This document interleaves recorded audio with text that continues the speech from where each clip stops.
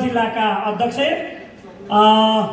होनार युवा मिलनसार व्यक्तित्व कमरेड विराज हमारलाई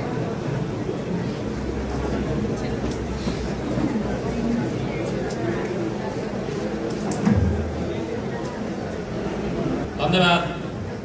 कार्यक्रम सञ्चालक सहयुक्त कमरेड माओवादी केन्द्रका अध्यक्ष कमरेड प्रचण्ड, त्यसमा आसीन सम्पूर्ण नेता कमरेडहरूमा हार्दिक ध्यान अभिवादन व्यक्त गर्दछु। समाजवादी मोर्चा नेपालको तर्फबाट र एग्री समाजवादी पार्टीको तर्फबाट पर्वत जिल्लामा स्वागत पनि गर्न चाहन्छु। आदरणीय अध्यक्ष कमरेड प्रचण्डलाई मैले मेरो जिज्ञासा भनौँ या सुझाव भनौँ मैले सरसर्ती राख्न चाहे। वामपन्थी एकताको सवालमा हामी सबैको साझा प्रतिबद्धता र जिम्मेवारी कमरेड प्रचण्डलाई पुनः स्मरण गराउन चाहन्छु।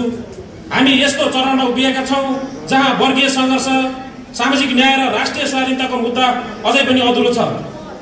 शोषणमुक्त समाज निर्माण गर्ने हाम्रो लक्ष्य अझै टाढा छ, तर प्राप्त गर्न असम्भव बने छैन। यदि हामी वामपन्थी एकता गर्न सक्यौँ भने नेपाली वाम आन्दोलनको इतिहास गौरवशाली हुनेछ। हामीले निकै कठोर खाले सङ्घर्ष गरेका छौँ, राजनीतिक परिवर्तन गर्नको लागि, लोकतन्त्रको स्थापना गर्नको लागि, श्रमिक, किसान, गरिब, दलित र महिलाहरूको हकका लागि। तर हामीभित्रको फुट, अहङ्कार र गुटबन्दीले गर्दा हाम्रो यात्रा कमजोर बनेको छ।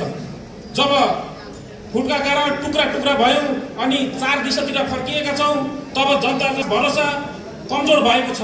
सत्तामा प्रतिक्रियावादी शक्तिहरू पुनः बलियो भएर आएका छन्। त्यसैले आजको आवश्यकता के हो भने सैद्धान्तिक स्पष्टता र व्यावहारिक एकता आजको आवश्यकता हो। हामी विचारमा पनि लगभग एकै छौँ, हाम्रो सपना पनि एउटै छ, हाम्रो वर्गशत्रु पनि एउटै भन्ने गरिन्छ, तसर्थ हाम्रो बाटो पनि एउटै हुनुपर्छ भन्ने मेरो मान्यता छ। वामपन्थी एकता कुनै दल विशेषको सवाल होइन, यो जनताको आवश्यकता हो। हामी सबै वामपन्थी दलहरू जनताको बीचमा जानुपर्छ। जस्तै माओवादी केन्द्रले गरेको यो अभियान अन्तर्गत कृषकको खेतमा जानुपर्छ, श्रमिकको कारखाना अथवा श्रम गर्ने ठाउँमा जानुपर्छ, विद्यार्थी युवा विद्यार्थीको क्याम्पस अथवा विद्यालय र खेल्ने ठाउँमा जानुपर्छ। उनीहरूको पीडा बुझेर उनीहरूको सङ्घर्षलाई हाम्रो सङ्घर्ष बनाउनु आजको आवश्यकता हो। अन्त्यमा एकताको ऐतिहासिक आवश्यकता छ। हामी एक भयो भने हाम्रो विचार मात्र होइन, हाम्रो भविष्य पनि विजय हुनेछ भन्दै जनसंवाद कार्यक्रममा मेरा शुभकामनाहरू र मेरो जिज्ञासाहरू राख्ने अवसर प्रदान गर्नुभयो। फेरि पनि तपाईँहरूलाई मेरो व्यक्तिगत तर्फदेखि र समाजवादी मोर्चा नेपालको संयोजकको तर्फदेखि र नेकपा एकीकृत समुदाय जिल्ला कमिटी पर्वतको तर्फदेखि यस कार्य सफलताको लागि हार्दिक शुभकामना व्यक्त गर्दै मेरो आफ्ना भनाइ सुझाव जिज्ञासा यही अन्त्य गर्छु। हस्, धन्यवाद। अभिवादन, लाल सलाम।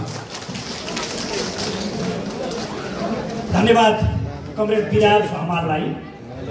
हामी